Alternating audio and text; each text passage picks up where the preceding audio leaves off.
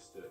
It seems completely intuitive that relationships are incredibly important to society, but also to individual happiness. You don't smoke, you exercise, eat good food, you sleep, and you have good relationships. I put it in that Venn diagram. Would you agree with that? I mean, the data are just consistent.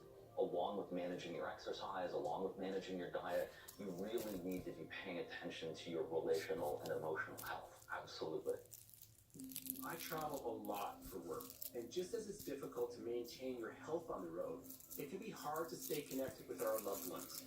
Technology can help reduce barriers, but it can't be a replacement for connection. We make time to go to the gym, we make time to eat healthy. It's just as important to make time for our relationships. I just went and spoke to 11th graders about relationships and vulnerability and their hookup culture versus long-committed relationships. And overwhelmingly, the message that we heard in those classes was that their parents were telling them that they needed to stay focused on education and sports. And that's it. This message that you can't have a relationship because that's going to detract from you doing well in other areas of life is a disservice, in my opinion. These kids were sharing how frightened they are about getting into relationships, and it does create and grow that hookup culture because that's less of a distraction. I just hook up and then I move on. That's a really fascinating point. And maybe we need to start right there and educating kids about how important relationships are.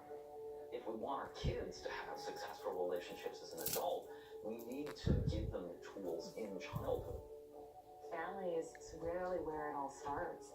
We do need people sending messages that support and show the value of cultivating relationships and deepening them and committing to that space.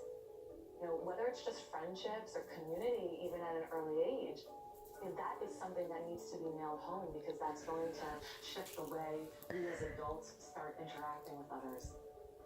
Is there hope in the future for love, for relationships, and for sex here in Japan? I believe there is hope.